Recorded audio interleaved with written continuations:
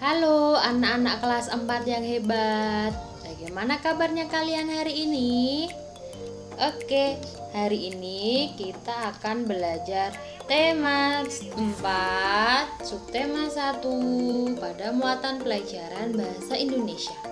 Oke, anak-anak hari ini akan belajar bersama Bu Tisna. Nah, kira-kira materi apa ya yang akan kita pelajari hari ini? Mari kita pelajari bersama-sama.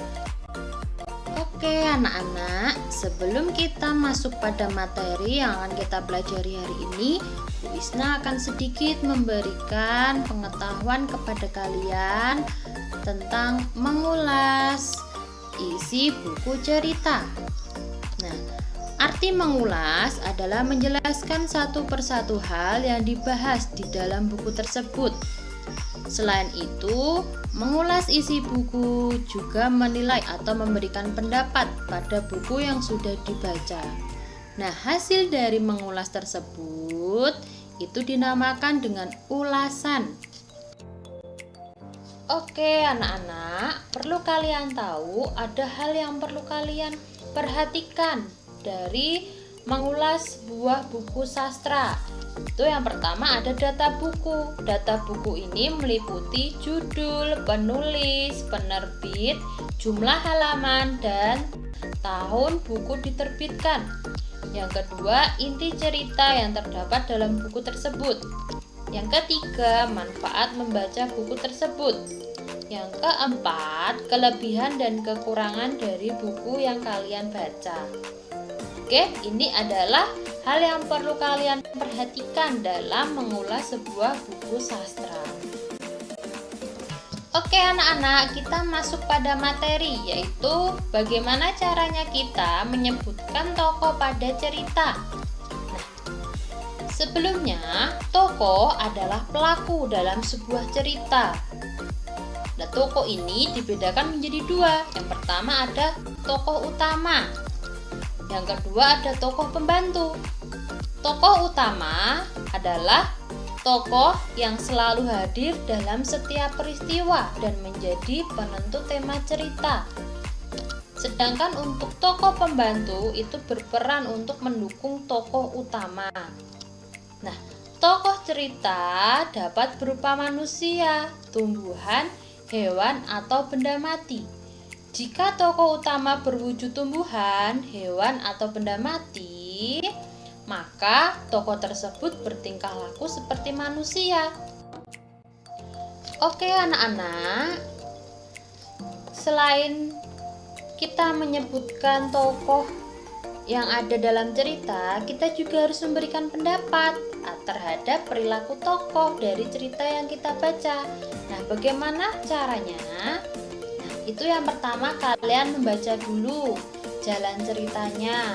Yang kedua, kalian memperhatikan perkataan dan perbuatan tokoh.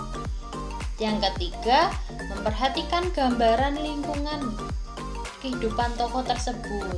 Nah, setelah kalian melakukan 3 cara tersebut, kalian bisa memberikan komentar. Nah, komentar ini harus diberikan dengan bahasa yang santun.